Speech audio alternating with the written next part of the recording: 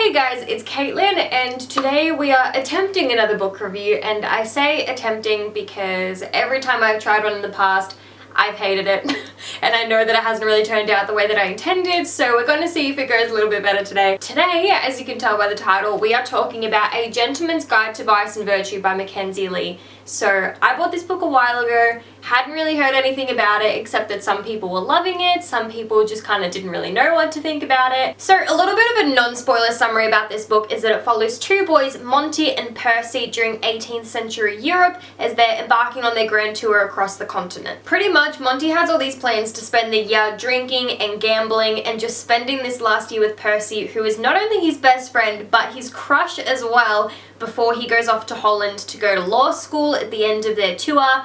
But things kind of get turned upside down when they're robbed by highwaymen on the side of the road, and then it turns into them kind of just running around the continent trying to escape the people who are hunting them down, and it's so witty, the characters are so sarcastic, and everything is just worded so well. Like, it's a real laugh out loud book. Like, I was smiling almost the entire time I was reading this. Like, it's hard to put it down. It really is. So if you haven't yet picked up this book, I would highly recommend that you do so if you are interested in that kind of thing. I loved it personally, and there is also a 1.5 that follows Monty and Percy after the conclusion of this book, and then book 2, The Lady's Guide to Petticoats and Piracy, follows Felicity, I'm pretty sure, but I haven't read that one myself just yet, so I'll refrain from saying anything else about that. So now moving into the spoiler section of this book. If you haven't read this book and don't want to be spoiled, I would really recommend clicking off, because we are about to delve into some pretty spoiler territory right now. Where can I put this while I talk? Should it go like up here? Maybe. Also, just in case you haven't noticed, I'm not wearing makeup today because I had my first Zoom class this morning and I was just that tired afterwards that I could not be bothered. So you can deal with watching this for now. So I do also have my notes on my laptop, so if you see me looking down or there's like this weird reflection on my face, then that's what it is. First up, I just want to say I loved this book. I did give it a 4.5, I think, on Goodreads, because at the time of reading it, there were certain things that I...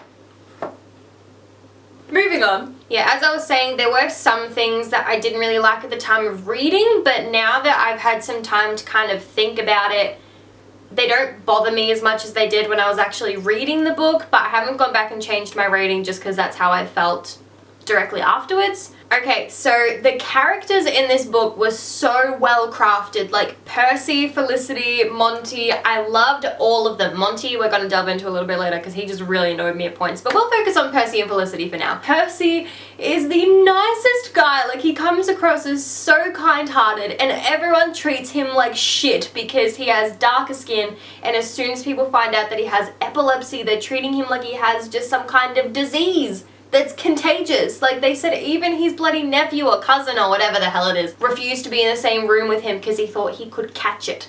Like, bro, I know that it's set in the 18th century, so they didn't know too much about it, but still, it's just reading it now makes me really annoyed, because I know someone personally who has epilepsy, so to read about people being treated like that just kind of annoys me. Other than that, I loved his character, and then Felicity is not the character at all that I was expecting. So in the beginning of the book, Monty kind of picks on how she's reading all like trashy romances and, oh, it'll melt your brain if you keep reading that kind of thing. But then you find out she is actually like a badass character. She's been taking the dust jackets off of romance books and putting them on top of anatomy and medicinal books so that she can actually read and give herself an education. She does not want to go to finishing school. She wants to go to a university and get like a medical degree to become, I don't know, a doctor or something. I guess we'll find that out a bit more in book 2. She is amazing. Like, she is such a feminist in the 18th century. She just does not stand down, and I love her. She's amazing. And now we get to Monty. So when you look back on it, I love his character. He's adorable, but he's a character that I love to hate. Okay, that came across kind of wrong. I don't hate him. He just really annoyed me. I called him an asshole for about 2/3 of the book just because of the way that he was acting. Like, there were so many times where it seemed he was just waiting for everyone else to do something around him, especially when he saw Percy collapse from epilepsy the first time. And this is what I mean by looking back on it, I see it differently. Seeing it now and thinking about it, it's like, of course he would be a little bit shocked because he's best friend hid it from him for 2 years that he had epilepsy, and this is something new in that time, so he wouldn't have really known what to do about it. I did write down the quote. It's when he's had a seizure and Felicity's kind of taken control. He's gotten a doctor to come have a look at him, and they said they need to lie him down somewhere, and so he just kind of stands there, and it says here, I nod, waiting for someone to do something useful.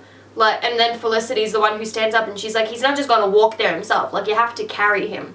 And so it was just scenes like that where he really annoyed me, but I know that he did grow into himself at the end, but even in the novella in 1.5, it still kind of seemed that everything revolves around him. Like, there were so many times this sounds really bad because I cannot think of anything to back it up right now. There were so many times in the book where it just seemed he managed to make every conversation about him. Like when him and Percy were talking about him having epilepsy, and somehow he managed to make it about him and all, why didn't you tell me, and how could you keep this from me, and not are you okay, or actually saying any of the things that he had thought about and kind of wanted to know. And I get that he was afraid, but at the same time, bro, just say it, get it over with. I feel like throughout the book, he never really quite considers how Percy feels about his illness. It's more mainly he starts to see Percy as something to fix. So his whole fascination with the Lazarus key and trying to get to that island to get the alchemical heart, he never even asked Percy about it. He just kind of interrupted him anytime he went to say something,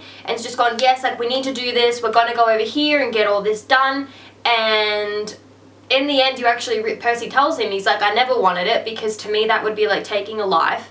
And we've gone like 400 pages of Monty just talking over him and just assuming what he wants. And so that really annoyed me.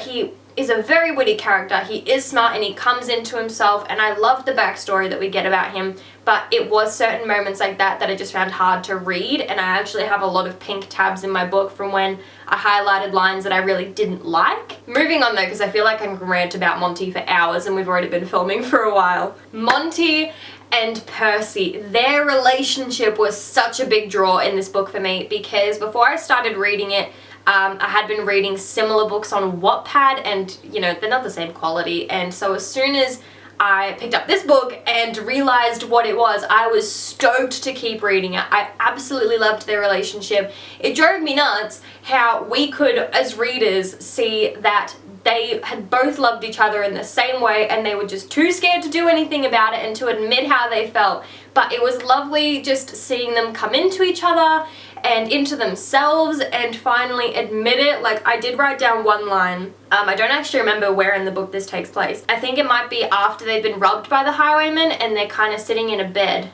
and Felicity's in the middle of them. I think this is the scene. And Monty says, it is impossible to explain how you can love someone so much that it's difficult to be around him. I feel like at the same time that Monty was himself around Percy, he also managed to screw it up all the time just because he was so afraid that he wouldn't feel the same way, or that he would do the wrong thing, and then he did do the wrong thing, and it was an endless cycle. It just never ends. But the scene where they finally admit their feelings for each other, yeah, when they're castaways on their merchant ship, and it's adorable how Monty brings up the letters that, I'm going to call him St. John because I'm just going to assume that that's his name, when he was writing letters to him, and Percy admits that they wrecked him. Hits you in the feels, you know? It really hits you in the feels. It was such a sweet scene, and I loved it, and it just had to get ruined by them being invaded by pirates, but you know, it all worked out in the end. It was fine. I also loved how they call each other darling throughout the whole book. I mean, I guess it might have started as a bit of just a friendship thing, but you could see straight up that it meant so much more to both of them, and it was absolutely adorable every time Monty would say hello darling whenever Percy came in the room. Like, it made me swoon. It made me swoon. And I also feel like Monty and Felicity's relationship is something different entirely. They have never gotten along for the whole book. They were always arguing about something, and then I found it so funny how in the end, when Monty got shot and lost his ear, that Percy says, didn't know Felicity liked you so much until you nearly kicked it, because she was fussing and everything, and I loved it, because then as soon as like Monty wakes up and he's fine again, Felicity's kind of like, what are you doing? Like, do we have to get along now? Like, I don't really want to get along with you. And so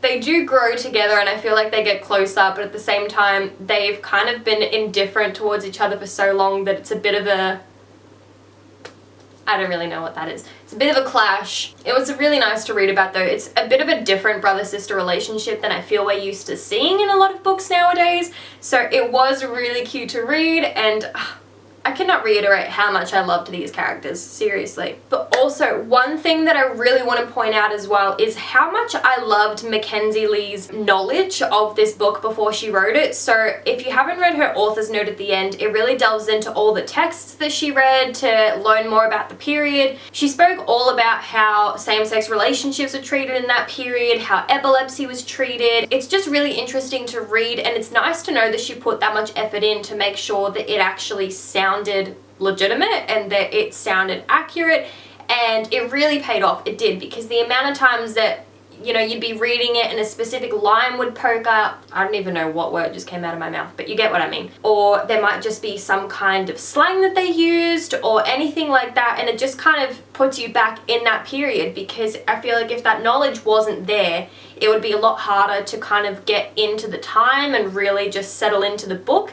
But because that knowledge was there, it made it so much easier, and could not applaud her enough for that. I did have a couple of cons that I wrote, and I wrote these notes directly after I finished the book, so we're going to see if we still agree with them. I did say that there were a few loose ends. So Sinclair, for one, he got sent ahead to where they were going to be staying before they got robbed by the highwaymen, so I guess I was just kind of wondering what the hell happened to him. And then Lockwood, so when Monty went into their bank, their father's bank, there was a note from Lockwood saying to meet them at this place, and Monty asks the bank teller to have it destroyed. So, I mean, I'm sure he didn't wait there, but did he just go back to England and leave them in France? Or like surely Percy and Felicity would have asked what happened to Lockwood, and Monty would have been forced to tell them that he destroyed the note, but we never actually kind of get that closure about what happened to those characters. But the ending, I do want to say it was a really nice build-up, and I liked the ending, but at the same time, it did come across a little bit hasty. I mean, we kind of know why Bourbon wanted the alchemical heart, but at the same time, his death was just a bit strange, I thought. I mean, I get that he spent so much time tracking down Monty and trying to get that box back, but as soon as Helena threw her mother's heart into the fire, he literally dove into it. His arms caught on fire, his head was on fire, and then he just dies? I don't know, it just seemed a little like a bit of a blunt end for such, like, he was the main antagonist in this book, so it just seemed like a really strict cutoff where he was concerned. And then it's almost like nothing happened, so it was kind of, they just got away with it, and I feel like we kind of overlooked that because of Monty's injury. That kind of just overtook the plot for a little bit, and then next thing you know, Monty's sending a letter home to his dad saying, hey, I'm never coming back, see you later. So I feel like we maybe just needed a little bit more of an ending there. That sounds bad. It was an ending. I loved the ending. It was good. I'm not trying to like stir the pot or anything, but I'm just saying this is my opinion. Like, I just kind of wished we had a little bit more information regarding that. But that is all I really wanted to say about this particular book, and I did finish reading The Gentleman's Guide to Getting Lucky, which is the 1.5 novella between the two books. Let me just say I am disappointed. I went into that expecting smut. It's called His Guide to Getting Lucky. I assumed they would actually be getting lucky. They screwed up like twice. I mean, and then the ending like kind of hints that they're going to do it, and then we never actually get any of that information. Like, don't get me wrong, I love the novella, and also I'm spinning on a chair, by the way, if you couldn't tell. I loved the book. Again, the characters, it was written the exact same way as this one here, and so I fell into it right away, but I kind of got my hopes up that we were going to get a little bit more information about that, and then we didn't, and I was kind of disappointed, so I think I gave it maybe 4.5 stars again. Again, laugh out loud book. Like, I was reading it to myself. I was in the bar, I was having a ball, like candle on, lights out, just reading on my phone. I was pissing myself laughing, like I could not stop. It was amazing. Hang on, no, I have two quotes that I wanted to share with you guys. Okay, let's have a look here. I was sending them to my mates as well, but with absolutely no context, so I'm sure they had no idea what I was going on about. So the first quote is when Monty's talking to Felicity, and he's going on about how the place that they're staying in isn't the most romantic to have his first time with Percy, and this was the quote.